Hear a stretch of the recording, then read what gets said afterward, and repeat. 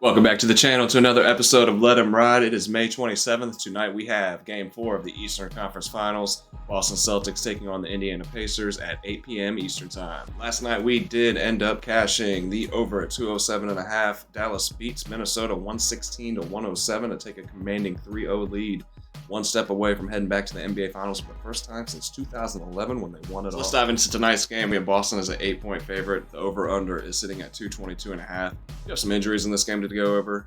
Drew Holiday is questionable with that illness that he battled through in Game 3, and he was phenomenal at the end of the game, so we'll have to see how this plays out and if he ends up playing tonight or not. Luke Cornett is questionable with that wrist injury still, and Kristaps Porzingis is ruled out again for Boston. On the Indiana side, Tyrese Halliburton is battling that hamstring injury that he suffered earlier in the series, and honestly, he's been working through this on and off throughout the course of the season. And we've seen as he's tried to battle through this hamstring injury that he's just not the same Halliburton. He's not anywhere close to 100% when he tries to play through it. So if he does play tonight, don't expect that all-NBA style Halliburton that we've seen at times. I don't think that he would play too much of a factor in the outcome of this game if he does end up suiting up. I am leaning Boston, laying those 8 points. Boston has now won 6 of 8 against Indiana on the year. It just feels like the Pacers are in a really tough spot, right? It's like, how much can this young team take? That's gut-punching losses in Game 1 and Game 3 that honestly they should have won. Mental errors really cost them those games. And those are sandwiching a 16-point Boston win in Game 2. Like I said, it just gets to a point. It's like, how much can this Indiana team fight through?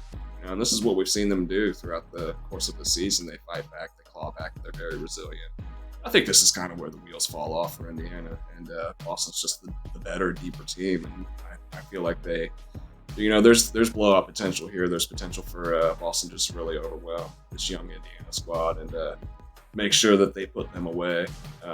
There's that narrative around the Celtics that they choke in the playoffs, and it's been proven true time and time again over these last few years. That's in the back of their head as well. So I think that you get a really locked-in Boston team on both sides of the ball. I think that they want to put Indiana away. They don't want to drag this series out any longer than they need to, and they want to show and put a statement on for whoever they face in the NBA Finals that, hey, this isn't the Boston team of old. We're coming in here to kick your ass. Look what we just did to the Eastern Conference. With all that said, the Pacers aren't an easy out. They're gonna fight. They're gonna claw back. They're gonna try their hardest. There's not a lot of quit in that team. They refused to go down easy in Game 3. They scored 69 in the first half. They held 18-point leads 2 different occasions in that game. They were up by 8 with 3 minutes to play. Thing is this is where Boston has that deeper squad. And with each of those runs from Indiana, they responded with runs of their own. They closed out the game on a 15-4 run to win by 3. So you got to give Indiana credit. They gave it their all without Halliburton. But they'll likely be without him again, as we discussed. And even if he does play, I don't see it playing too big of a factor in this with him battling through that injury. If Holiday doesn't play, that's where I would be a little more concerned laying the points with Boston, and that's why it's more of a lean for me. I'm going to look at this game a little closer to tip-off to see if we have any word on Holiday or not.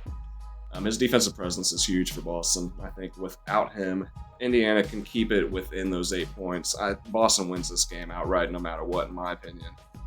Like I said, I don't see them trying to extend this series or let this series be extended, rather. And then one thing to keep in mind, too, is home dogs trying to avoid elimination.